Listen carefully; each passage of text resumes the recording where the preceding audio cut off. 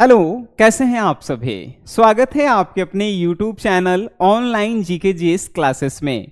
आप सभी लोगों की एक समस्या और एक मन में उत्पन्न होने वाला प्रश्न है कि सर पढ़ने में मन नहीं लग रहा है और परीक्षा नज़दीक आ गया है, आखिर कैसे जो है हम लोग पढ़ें और तैयारी कैसे करें कि बेहतर अंक जो है प्राप्त कर सकें।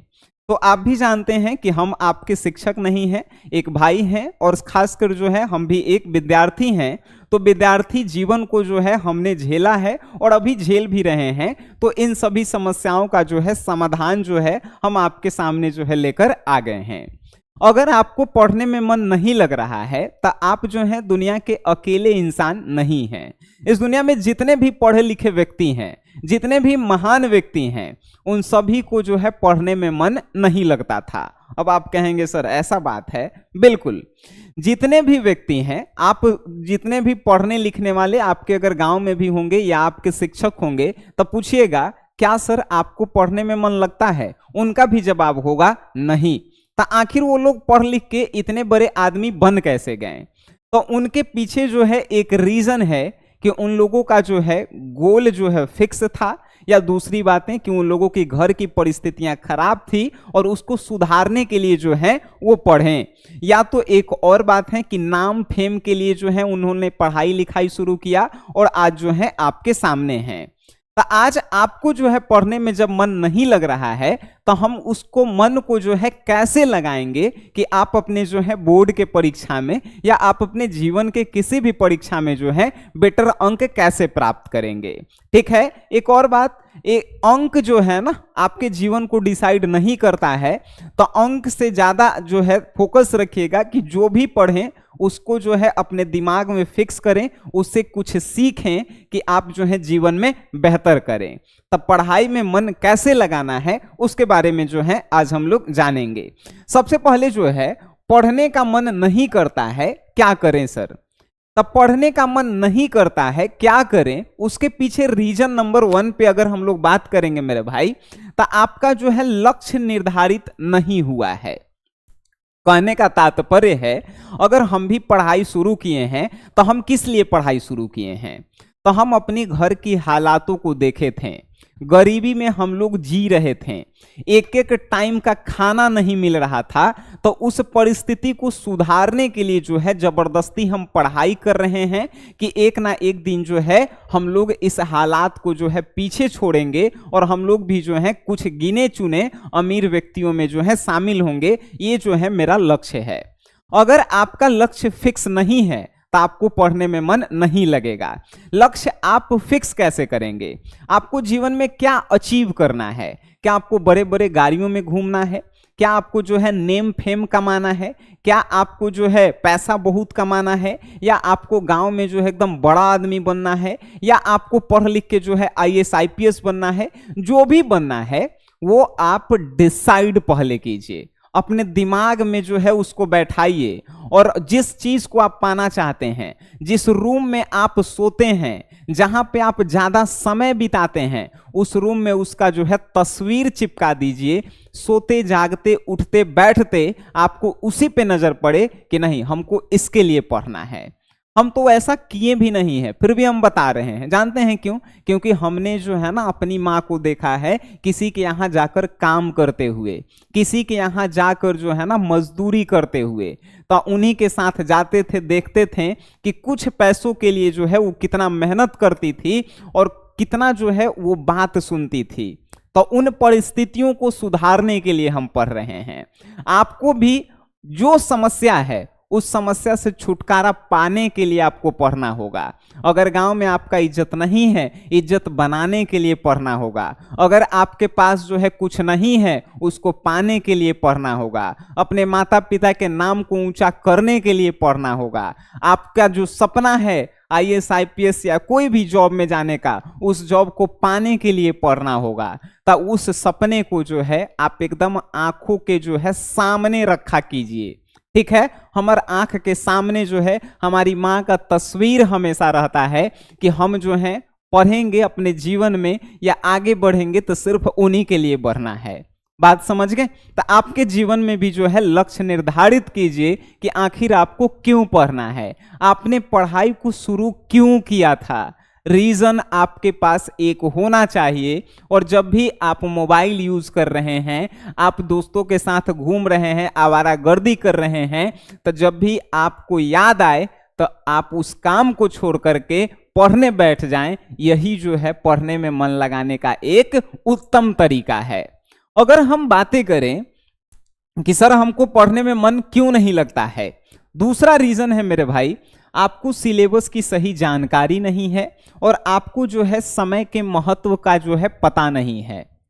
जब जो है सिलेबस की जानकारी नहीं होता है, कहते हैं ना बहुत सारे लोग कि सर हम क्या पढ़ें पता ही नहीं चलता है, इसीलिए हम नहीं पढ़ते हैं। क्या पढ़ें, कहने का तात्पर्य है उनको पता ही नहीं है क्या पढ़ना है। भाई सिलेबस की जानकारी कीजिए, आप अपने एक अच्छे मार्गदर्शक को खोजिए। मार्गदर्शक आपके माता पिता हो सकते हैं, आपके भाई हो सकते हैं, आपके जो है ऑफलाइन के शिक्षक हो सकते हैं, कोई भी हो सकते हैं जो आपको जो है बताए कि ये चीज आप पढ़ेंगे तो आपकी परीक्षा में आएगा और आप जो है बेटर रिजल्ट ला सकते हैं। तो आपको सबसे पहले जिस भी चीज की तैयारी कर रहे हैं उसका सिलेबस का पता होना चाहिए, और दूसरी चीज उस सिलेबस को कितने समय में खत्म करना है। कभी आप देखे हैं एक सेकंड जो है, एक सेकंड के कारण जो है किसी का मृत्यु हो जाता है। एक सेकंड कहते हैं ना हम लोग, अगर एक सेकंड जो है लेट हुआ था तो नहीं मरता, या एक सेकंड पहले चल जाता तो नहीं मरता। एक सेकंड का महत्व होता है मेरे भाई। आप जो है सिलेबस की सही जानकारी करके अगर सही समय पे पढ़ेंगे ना, तो आप जो है रियल में जो है आपको पढ़ने में भी मन लगेगा। देखिए हम ऐसा नहीं कहते हैं आपको खेलना नहीं चाहिए, आपको घूमना नहीं चाहिए, आपको बात नहीं करना चाहिए, ये सब चीज करना चाहिए। खेलने से शरीर स्ट्रांग होता है, बात करने से कम्युनिकेशन स्किल जो है डेवलप होती है, यानी बोलने का तरीका आप सीखते हैं। जब आप घूमते हैं गांव शहर में तो आपको पता चलता है कि ये दुनिया क्या है। लेकिन उसके साथ साथ पढ़ाई भी जो है सबसे इंपॉर्टेंट है आपको अपने सपने तक पहुंचने के लिए। तो रोज पढ़िए, सिलेबस के अनुसार पढ़िए। किसी भी एग्जाम की तैयारी करते हैं, जो जो सब्जेक्ट है एक एक घंटा ही पढ़िए, रोज पढ़िए, तभी आप सफल होंगे। नहीं तो समय है, अगर ये समय आपके जीवन में बीत जाएगा, दोबारा नहीं आएगा, ये आप जो है लिख लीजिएगा। आप भी जानते हैं, हम भी जानते हैं, ये चीजें बताने वाली नहीं है। जो आज समय बीत गया है वो हम लोगों के जीवन में कभी भी नहीं आएगा। आप भी जानते हैं, हम भी जानते हैं। समय का समुचित उपयोग कीजिए। कैसे उपयोग करेंगे? सिलेबस की जानकारी लीजिए और उस सिलेबस को जो है टारगेट बनाइए कि 1 महीना में खत्म करना है, 3 महीना में या 6 महीना में। आप उस टारगेट पे जो है ना डेली हार्डवर्क कीजिए, बस यही जो है। नेक्स्ट अगर हम बातें करें पढ़ने में क्यों नहीं मन लग रहा है, भाई आप नकारात्मक माहौल में रह रहे हैं। देखिए नकारात्मक माहौल क्या होता है, अगर आप पढ़ने बैठ रहे हैं, अगर आपके घर के लोग कह रहे हैं कि पढ़ लिख के क्या करेगा, ये जो है नकारात्मक माहौल होता है। अगर आप पढ़ने बैठ रहे हैं, आपके जो है दोस्त यार कह रहे हैं कि पढ़ लिख के हम भी तो घूमिए रहे हैं, तुम भी पढ़ लिख के क्या कर लेगा, ये नकारात्मक माहौल है। नकारात्मक माहौल, अगर आप लाइब्रेरी में जा रहे हैं, सभी लोग जो है हो हल्ला, कोई गेम खेल रहा है, कोई कुछ भी कर रहा है, वहां पे नकारात्मक माहौल है। तो नकारात्मक माहौल में नहीं रह के आपको जो है ना सकारात्मक यानी कि पॉजिटिव जो है माहौल में रहना है। पॉजिटिव माहौल में रहने के लिए जो है अपने आप को अकेले रखना होगा। अकेले रहेंगे, कुछ दिन आप उदास रहेंगे, लेकिन जो है उसके बाद जो है आपके जीवन का रूपरेखा बदल जाएगा। सुने हैं आप राम जी भगवान का दर्जा क्यों प्राप्त किए? क्योंकि राम जी जो है 14 साल का वनवास काट के आए हैं।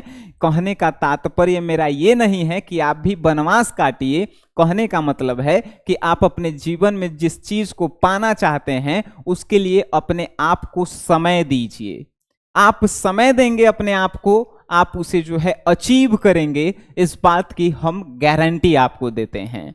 मेरा मानना है किसी भी एग्जाम को निकालना है या किसी भी चीज को पाना है, 6 महीना अपने आप को एक कमरे में बंद कर लिया जाए और उस पे जो है जी जान पूरा लगा दिया जाए, वो चीज आपके पास जो है स्वयं चलकर आती है। ठीक है। और जिस फील्ड में आपको जाना है 6 महीना एकदम जी जान से उस पे दे देना है। अगर आपको पढ़ लिख के बड़ा इंसान बनना है, पढ़ाई लिखाई पे देना है। अगर आपको डांसर बनना है, डांस कीजिए। जो चीज आपको करना है उस पे 6 महीना जो है आंख मूंद के सिर्फ खाना खाना है, बाथरूम जाना है, पढ़ लिख के उसी पे लग जाना है, यानी पूरा जो है उसी पे लग जाना है। और अपने माता पिता का आशीर्वाद भी रोज लेना है, इस बात का भी ख्याल रखिएगा।